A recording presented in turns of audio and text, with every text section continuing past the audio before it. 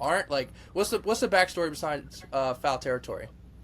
What you said at the end is correct, but it was over years of time, right? So I'm at one spot for a long time. Hmm. It's mostly focused on just very traditional linear television. And really, when I walked into the building and when I left the building over that 12-year span, it was almost like a time warp. When I left, nothing had changed at all. It's just built on a foundation of traditional television. Of course, there were some projects that I always raised my hand for right away that were involved with, say, YouTube, where I would call the game of the week for them. Hmm. Facebook, we did the same thing. Projects like that, I was that guy that would rather actually call a game exclusively on YouTube than on just linear TV alone, right? I was like, this package is cooler. We can innovate on this. This is new.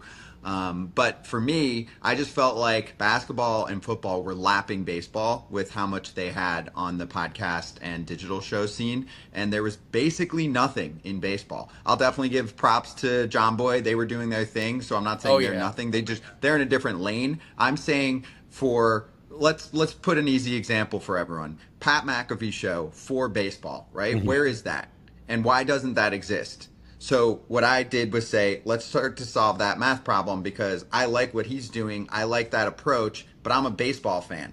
Is there a lane for that? So who's the closest guy to McAfee in our sport in the media world? For me, it was my friend AJ Przinsky. Cool. All right, we got Yep. that down.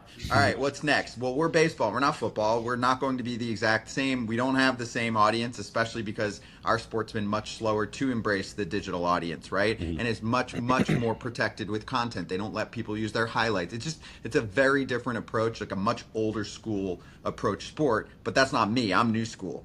So for me, I just kept looking at those other sports and saying, okay, what else do we need to do? Well, it's baseball. We win by volume and having so many games. That's what's cool, right? You always know there's a game during the season for the most part. So, okay, I we need to love be it. on every day, every weekday, Yeah. right? We need to be on for 2 hours. We're always giving people, like, I'd rather give them too much, and then we'll figure out ways to obviously split that content up, which Hmm. we do on YouTube, podcast, etc. We need guests. We need to bring out the best in our baseball players because I've interviewed thousands at this point, and there's way too many times where you're on the field and it's just blah blah blah blah blah blah, doing the best to win. I don't care. I need more. And then wait, you do that, and then I'm in the clubhouse and I'm talking to a guy on the side, and I'm like, this is gold.